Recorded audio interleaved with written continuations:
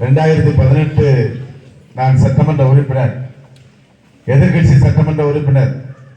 இந்த மாதிரி சைக்கிள் வந்தவுடன் எல்லா இடங்களிலும் இந்த சைக்கிள் வழங்குவதற்காக அங்கிருந்து தலைமை ஆசிரியர் என்னிடத்திலே கேட்டு தேதி பெற்றார்கள். அந்த அடிப்படையில் 5 பள்ளிகளுக்கு தேதியை கொடுத்தேன்.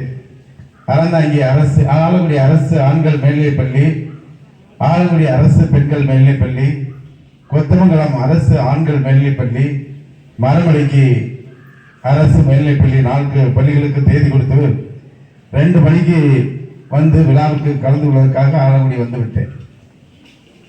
அது சட்டமன்ற உறுப்பினர் அலுவலகத்திலே காத்துக் கொண்டிருந்த பொழுது விழாவில் உங்களுக்கு அழைப்பில்லை, நீங்கள் கலந்து கொள்ளக்கூடாது என்று சொன்னார்கள். அதுக்கு காரணம் இந்த மாவட்டத்தில் நன்று அப்போது அமைச்சராக இருந்த திரு விஜயபாஸ்கர் அவர்கள் இதற்கான தடுத்து விட்டார். சரி பரவாயில்ல அப்படின்ட்டு மரமடிக்கில் கொடுக்கறதுக்கு ரெடியாக இருக்கு அப்படின்னு சொன்னாங்க. சரி மரமடிக்கில் கொடுக்கலாம் அப்படின்ட்டு நான் ரெடியாக இருப்போ கொத்தமங்கலத்திலேருந்து பொன் ராவநாதன் இவங்கெல்லாம் ஃபோன் பண்ணி நம்ம கொத்தமங்கலத்தில் ரெடியாக இருக்காங்க, அதனால அங்கே கொடுத்துட்டு போயிருங்க அப்படின்னு சொன்னாங்க.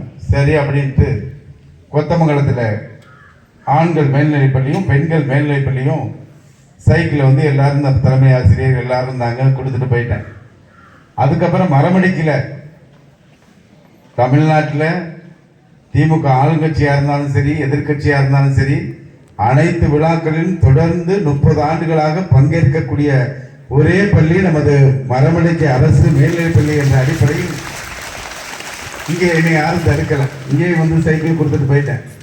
ஆனால் இரவோடு இரவாக அன்றைக்கு மாவட்ட முதன்மை கல்வி அலுவலர் இருந்த ராஜேஸ்வரி அந்த அம்மா என்ன பண்ணாங்க, 2 தலைமை ஆசிரியர் வர சொல்லி 2 பேர்த்தையும் என்ன கேட்டாங்கன்னா, சட்டமன்ற உறுப்பினர் பள்ளிக்குள் அத்துமீறி புகுந்து அங்கே சைக்கிள் வைக்கப்பட்டிருக்கின்ற அறைகளை உடைத்து சைக்கிளை எடுத்து வந்து எங்களை எல்லாம் இல்லாமல் மிதிவண்டிகளை வழங்கி சென்று விட்டான் என்று வழக்கு கொடுத்து விட்டார்கள். எழுதி வழக்கு கொடுத்தாச்சு. கொடுத்ததுக்கு அப்புறம் நான் என்ன பண்ணேன், சரி பார்த்துக்கலாம் வழக்கு தானே அப்படின்னு விட்டுட்டேன். ஆனால் அடுத்த நாள் காலையில் 7 பிரிவுகளில் என் மீது வழக்கு போட்டார்கள். வழக்கு போட்டவுடன் அதுக்கெல்லாம் பேப்பரில் எடுத்து வச்சுக்கிட்டு அந்த பேப்பரை கொண்டு போய் அப்போ சட்டமன்றம் நடந்துகிட்டு இருந்துச்சு. முதலமைச்சர் எதிர்கட்சி தலைவர், இன்றைய முதலமைச்சர் எதிர்கட்சி தலைவராக இருக்காரு, அவர்கிட்ட கொண்டு போய் பேப்பரை கொடுத்தேன். எல்லா பேப்பரையும் வாங்கி படித்து பார்த்துட்டு போங்க பார்த்துக்கலாம் அப்படின்னு சொல்லிட்டார். சரி தலைவர் சொல்லிட்டாருன்னு நானும் வந்துட்டேன்.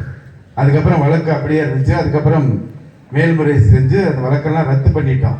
இதை ஏன் சொல்றேன்னா, நம்ம முதலமைச்சர் இப்படி இதை பார்த்துக்கலாம்னு சொன்ன அந்த வார்த்தை இன்றைக்கு நம் அதே துறைக்கு அமைச்சராகி தமிழ்நாட்டில் இருக்கின்ற 5,36,000 மாணவ மாணவிகளுக்கு 241 கோடி ரூபாயிலே அந்த மிதிவண்டிகளை வழங்குகின்ற துறையினுடைய அமைச்சராக நான் உங்கள் முன்னால் நின்று கொண்டிருக்கிறேன். இந்த ஆண்டு தமிழ்நாடு முழுவதும் சைக்கிள் என்னுடைய துறையின் மூலமாகத்தான் வழங்கப்படுகிறது என்பதை நான் தெரிவித்துக் கொள்கின்றேன். இதை ஏன் சொல்கிறேன் என்றால், உங்களுக்கான மாணவ செல்வங்களுக்கான உங்கள் வாழ்க்கையில் பல தடைகள் ஏற்படலாம், பல துன்பங்கள் ஏற்படலாம். அதற்கு தாண்டி மிகப்பெரிய சிகரம் இருக்கிறது, உயர்வு இருக்கிறது என்பதை மறந்து விடார்கள். வருகின்ற பொழுது நமது தங்கமணி ஆசிரியர் சிஓ எல்லாரும் இங்கே வழியெங்கும் மாணவ செல்வங்களை வழியெங்கும் இருபுறமும் அவர்களை வரிசையாக நிற்க வைத்து எங்களை வரவேற்றார்கள். மிகப்பெரிய வரவேற்பை தந்த நம் மண்ணின் இந்த பகுதியில் படிக்கின்ற மாணவ செல்வங்கள் அத்தனை பேருக்கும் எனது நெஞ்சார்ந்த நன்றியை நான் தெரிவித்துக் கொள்கிறேன். இங்கே பார்க்கிறோம், இந்த விழாவை நாங்கள் மேடையிலிருந்து பார்த்துக் கொண்டிருக்கிறோம்.